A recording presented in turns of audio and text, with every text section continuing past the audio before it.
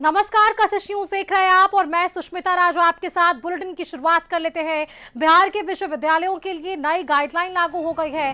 राज्यपाल सैयद अता हसनैन का बड़ा फैसला सामने आया है। अब परफॉर्मेंस के आधार पर होगी विश्वविद्यालयों की ग्रेडिंग। रिसर्च, इनोवेशन और टीचिंग प्रोसेस पर खास फोकस रहेगा। डिजिटल सिस्टम सभी विश्वविद्यालयों में अनिवार्य कर दिया गया है। लापरवाही करने वाले अधिकारियों पर सख्त कार्रवाई होगी। अकादमिक कैलेंडर समयबद्ध तरीके से लागू करने का भी निर्देश दिया गया। परीक्षा, रिजल्ट और सर्टिफिकेट समय पर अब जारी करना होगा।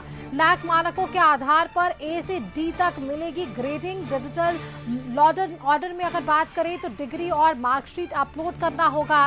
बिना नैक ग्रेडिंग के यूजीसी फंडिंग में अब दिक्कत होगी। हर विश्वविद्यालयों को कम से कम 5 गांव गोद लेने का भी निर्देश दिया गया है।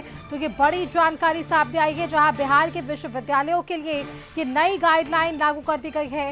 राज्यपाल सैयद अता हसनैन का ये बड़ा फैसला सामने आया है। विशेष संवाददाता संजय फोन लाइन पर जुड़ गए हैं। संजय, ये बड़ा फैसला है जिस आधार पर अब तमाम विश्वविद्यालयों को काम करना होगा, जिसके आधार पर ग्रेडिंग भी दी जाएगी।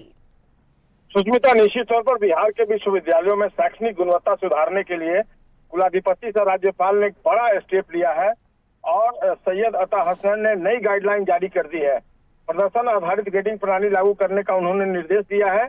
इस नई व्यवस्था के तहत अब विश्वविद्यालयों का मूल्यांकन केवल पारंपरिक मानकों पर नहीं होगा, बल्कि उनके समग्र प्रदर्शन के आधार पर अब ग्रेडिंग जो है वो तय की जाएगी। और नई नीति में विशेष रूप से रिसर्च, इनोवेशन, इसके अलावा patent, projects, teaching learning process, परीक्षा प्रणाली और प्रशासनिक सुधार को अहमियत दी गई है। राज्यपाल ने यह स्पष्ट कर दिया कि विश्वविद्यालयों को अब अधिक पारदर्शी, जवाबदेह और परिणाम उन्मुख प्रणाली अपनानी होगी।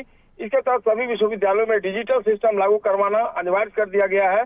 इससे शैक्षणिक और प्रशासनिक कार्यों में पारदर्शिता लाई जा सकेगी।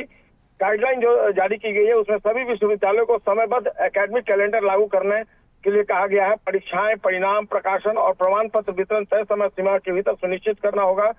जिन संस्थानों में सत्र देरी से चल रहे हैं उन्हें जल्द सुधारात्मक कार्य योजना बनाकर लागू करने का निर्देश दिया गया है। नैक के मानकों के अनुसार विश्वविद्यालयों को ए, बी, सी और डी ग्रेड दिए जाएंगे। इसके लिए संस्थानों को तय पैरामीटर्स का पालन करना अनिवार्य होगा। बिना नैक ग्रेडिंग वाले संस्थानों को यूजीसी से मिलने वाली फंडिंग और अन्य सुविधाओं में कठिनाई का सामना करना पड़ सकता है। डिजिटलाइजेशन को बढ़ावा देने के लिए हर विश्वविद्यालय को अपने सभी प्रमाण पत्र और अंक पर डिजिटल लॉकर में अपलोड करने के निर्देश दिए गए हैं, जिससे छात्रों को डॉक्यूमेंट्स की आसान और सुरक्षित उपलब्धता सुनिश्चित हो सके। सबसे बड़ी बात है सुष्मिता कि कल मुख्यमंत्री सम्राट चौधरी ने विधानसभा में विश्वास मत हासिल करने के दौरान इस बात पर जोर दिया था कि विश्वविद्यालयों की जो शैक्षणिक व्यवस्था है उसको सुधारी जाएगी। और कल शाम उनकी मुलाकात हुई है राज्यपाल से और उसके बाद ये एकेडमिक जो प्रोसेस है उसको लेकर राज्यपाल ने गाइडलाइन जारी किया। तो कहीं ना कहीं सम्राट सरकार ने जो मन बना लिया है कि विश्वविद्यालयों की जो शिक्षा व्यवस्था है उसको दुरुस्त किया जाएगा और टाइम फ्रेम में सारी चीजें होगी, उसी को आज कह सकते हैं कि राज्यपाल ने अपनी हरी झंडी दिखा दी है। और निश्चित तौर पर सरकार ने अपनी मंशा जाहिर की है कि आने वाले दिनों में हायर एजुकेशन को लेकर जो सरकार की सोच है वो इम्प्लीमेंट होगा और अब बेहतर शैक्षणिक माहौल बनेगा, खासकर हायर एजुकेशन की अगर बात कर ले तो।